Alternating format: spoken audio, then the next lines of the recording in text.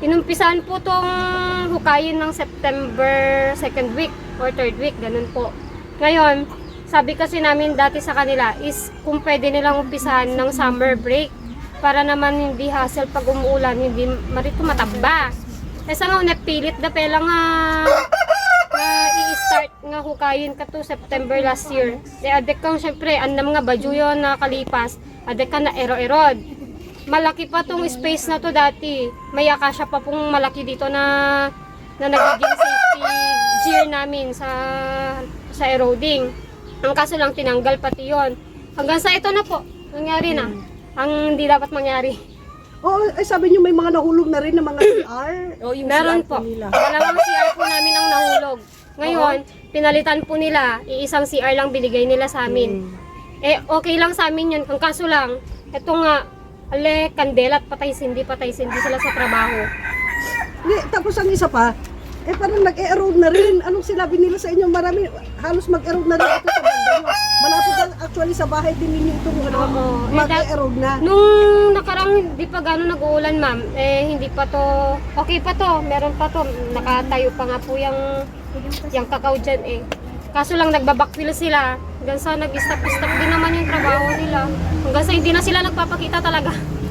Ay, hindi sila nagtatrabaho. Yung tinanong ko Hanggang kasi ngayon, yung wala pa ulit. Wala pa po. tinanong ko yung yung nagbabantay doon. Sabi ko, anong plano nyo doon sa likod namin, kako? Tinatawagan daw po nung nagbabantay na yung foreman nila, hindi daw po sumasagot.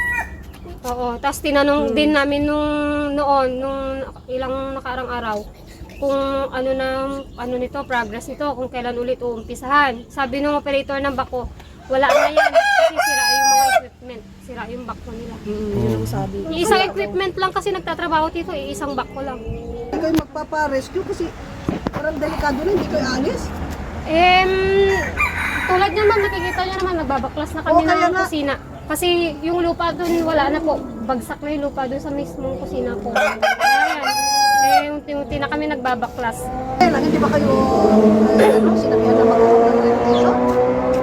Sinabi po sa amin yan kasi yung kagawad kasi namin yung nakausap nila about sa relocation. Pero syempre sa amin ma'am, hindi naman po agad-agad sa amin na magre-relocate kami. Hindi naman po ganun kadali na lilipat kami kaagad.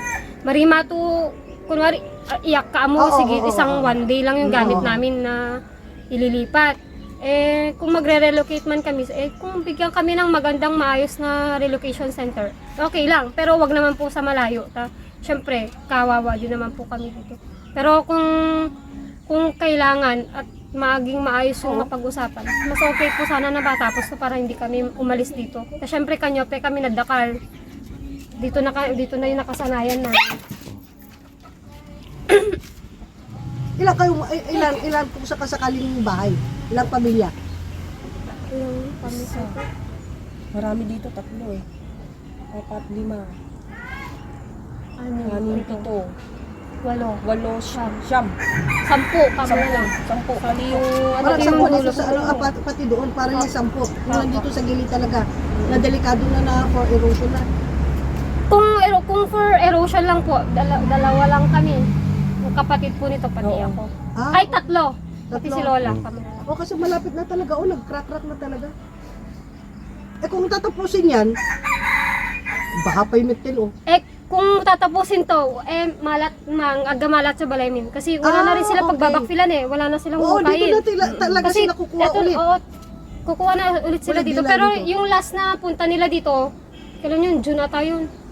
June or July. Kasama nila yung DP Kasama nila yung DPWH punta dito.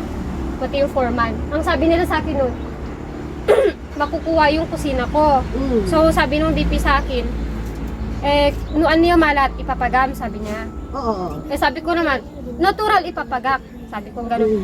Kahit ganyan yung kusina ko, kahit ganyan na lang yung ipalit, okay lang. Na ganyan din na yero, yung light materials, okay lang basta mapalitan. Pero sabi naman nung foreman, gagawin nila yung paraan para hindi makuha yung kusina ko. Kaso lang, tigabulanin naman pa ba?